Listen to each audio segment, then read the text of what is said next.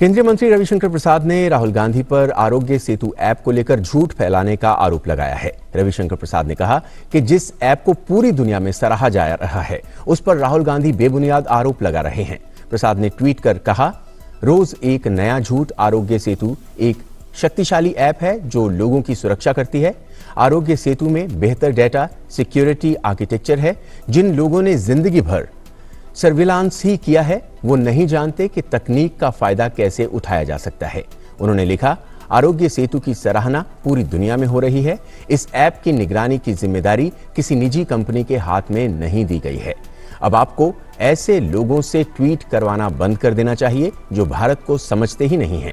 गौरतलब है कि राहुल गांधी ने ट्वीट कर आरोप लगाया था कि आरोग्य सेतु ऐप को एक निजी ऑपरेटर को आउटसोर्स किया गया है, जिससे डेटा सुरक्षा और निजता को लेकर गंभीर चिंताएं पैदा हो रही हैं। देश में कोरोना वायरस संक्रमण की स्थिति की बात करें तो देश में कोरोना वायरस संक्रमण के सक्रिय मामलों की संख्या 26,535 पहुंच गई है। देश भर में 10,017 मरीज पूरी तरह से स्वस्थ हो चुके हैं। हालांकि संक्रमण की वजह से 1,223 लोगों को अपनी जान गंवानी पड़ी है। सरकार की कोशिश है कि लॉकडाउन की मदद से कोरोना संक्रमण को काबू में रखा जा सके। लोगों से लगातार अपील की जा रही है कि वो अपने घरों में ही रहें और लॉकडाउन के दिशा निर्देशों का पालन करें। लॉकडाउन के समय किसानों की फसल मंडियों तक पहुंचे और किसानों को फसल का दाम समय पर मिले, उसके लिए मोदी सरकार किसान रथ ऐप की शुरुआत की। जिन किसानों के पास अपना वाहन नहीं है, उनके लिए ये ऐप किसी वरदान से कम नहीं है। देश के अन्नदाताओं के लिए मोदी सरकार की एक और पहल। लॉकडाउन के दौरान किसान भाइयों की फसल को मंडियों तक ले जाने वाली दिक्कतों को दूर करने के लिए मोदी सरकार ने किसान रथ नामक मोबाइल ऐप की शुरुआत की है। इसके माध्यम से किसान अपने मोबाइल ऐप से ट्रक, ट्रैक्टर और अन्य कृषि मशीनरी किराए पर बुला सकता है। मोदी सरकार के इस कदम का किसानों ने स्वागत किया है। किसानों का कहना है, ये उन किसानों के लिए वरदान है जिनके पास अपना वाहन नहीं है। हमें साहब ये आ रही है, न बाजार जा पा रहे हैं, न हमारा कोई काम हो पा रहा है। और जैसे गेहूँ लाएं तो कागज नहीं बन पा रहे हैं। ये परेशानी चल रही है साहब हमारी। सरकार का कहना ये है कि आपके खाते में पेमेंट जा रहा है। नहीं, जैसे खाते में तो पेमेंट जा रहा है, 4 दिन हो जाते हैं, 5 दिन हो जाते हैं, कई दिन हम डाल गए, अभी पैसे नहीं आए हमारे। अभी तक करीब 11 लाख से ज्यादा वाहन इस ऐप पर रजिस्टर्ड हो चुके हैं। देश के लाखों किसानों ने इसे डाउनलोड भी किया है। मोदी सरकार ने किसानों की सहायता के लिए कृषि मंत्रालय में किसान रथ हेल्प डेस्क भी बनाया है। किसान रथ ऐप के जरिए कृषि और बागवानी की फसलों को मंडी तक पहुंचाने के लिए प्राइमरी और सेकेंडरी वाहन को सर्च किया जा सकेगा।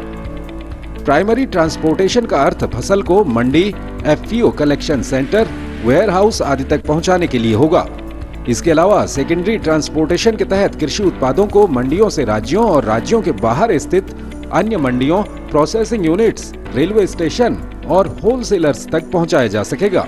कोरोना योद्धा जो इस लड़ाई में लगातार जुटे हुए हैं, उनका आत्मविश्वास बना रहे और बढ़े, उसके लिए आज सेनाओं द्वारा उन्हें एक सलामी देने की कोशिश की जा रही है, जिसमें पुष्पों की वर्षा होगी। वहीं कुछ कोस्ट पर खड़े शिप्स में लाइटिंग भी की जाएगी। आर्मी के बैंड्स भी अपनी धुनें बजाएंगे। तो बेहद अहम ये दिन साबित हो सकता है। मुंबई में भारी संख्या में फंसे प्रवासियों को उनके घर भेजने की प्रक्रिया आरंभ हो गई है। शनिवार को देर रात 1200 मजदूरों को लेकर श्रमिक express train Bhiwandi road railway station से गोरखपुर के लिए रवाना हुई। ये ट्रेन आज देर रात गोरखपुर पहुंचेगी, जहां स्वास्थ्य विभाग की टीम एक श्रमिक की थर्मल स्क्रीनिंग करेगी। स्क्रीनिंग में स्वस्थ मिले यात्रियों को जिला प्रशासन और पुलिस विभाग की टीम संबंधित गांव में बने क्वारंटाइन सेंटर में भेजेगी। ट्रेनों में सोशल डिस्टेंसिंग बनाए रखने के लिए एक बोगी में 54 लोगों को ही प्रवेश दिया गया है। रास्ते में किसी तरह की असुविधा ना हो, इसके लिए आरपीएफ स्टाफ के साथ ही टीटी भी तैनात किए गए हैं। बीच के स्टेशनों पर श्रमिकों के लिए जलपान की भी व्यवस्था की गई है। दुनिया भर में कोरोना वायरस से 34,21,834 लोग संक्रमित हैं। वहीं 2,43,524 जान जा चुकी हैं। दुनिया में कोरोना महामारी से सबसे ज्यादा प्रभावित अमेरिका है, जहां पिछले 24 घंटों में 868 लोगों की जान चली गई। अब तक 66,000 से ज्यादा लोगों की मौत हो चुकी है और 11,30,000 से ज्यादा संक्रमित हुए हैं। अमेरिका में कोरोना वायरस से 66,000 से ज्यादा लोगों की मौत हो चुकी है। कोविड-19 के चलते ब्रिटेन में संक्रमण से मरने वालों की संख्या बढ़कर कल 28,205 हो गई। यह आंकड़ा यूरोपीय देशों में कोरोना वायरस से सबसे ज्यादा प्रभावित इटली से कुछ ही कम है। गृह मंत्री रॉबर्ट जेनरिक ने कल इसकी जानकारी दी। कोरोना संक्रमित मामलों के लगातार तेजी से फैलने के कारण प्रधानमंत्री बोरिस जॉनसन को विपक्षी दलों की तीखी आलोचनाओं का सामना करना पड़ रहा है। देश के विपक्ष का कहना है कि महामारी के शुरुआती दौर में ही जॉनसन सरकार सही कदम उठाने में नाकाम रही।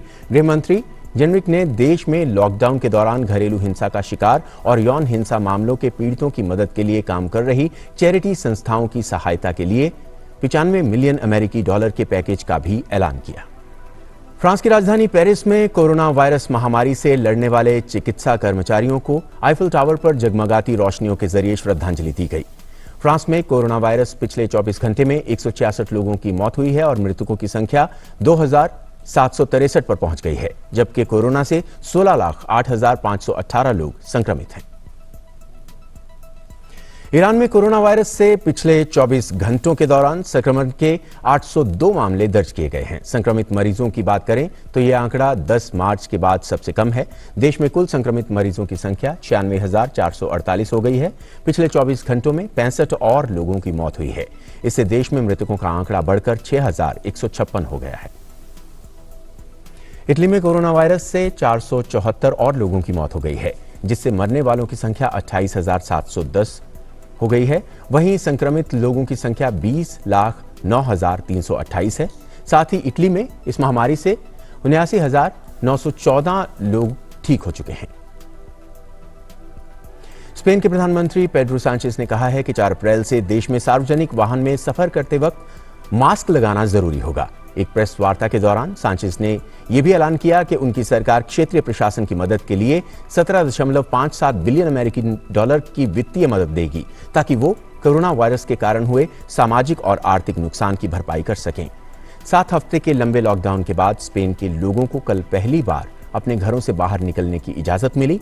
दुनिया की सबसे भीषण बीमारियों में से एक कोविड-19 की वजह से स्पेन ने बेहद लॉकडाउन लगाया हुआ है, जिसे अब खोला जा रहा है। वहीं संक्रमित लोगों की तादाद 2,16,582 हो गई है।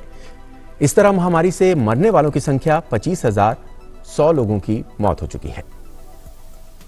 ढाका स्थित भारतीय उच्चायोग ने बांग्लादेश में रहने वाले उन भारतीयों के लिए रजिस्ट्रेशन की प्रक्रिया शुरू कर दी है जो भारत वापस आना चाहते हैं।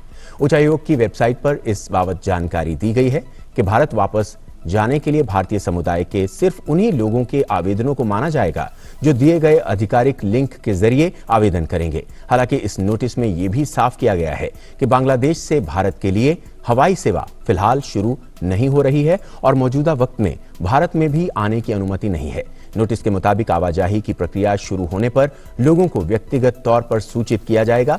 इसके अलावा भारत जाने की प्रक्रिया के लिए इच्छुक भारतीयों को फीस देनी होगी और भारत पहुंचने पर उन्हें होम या संस्था आइसोलेशन के लिए कहा जा सकता है।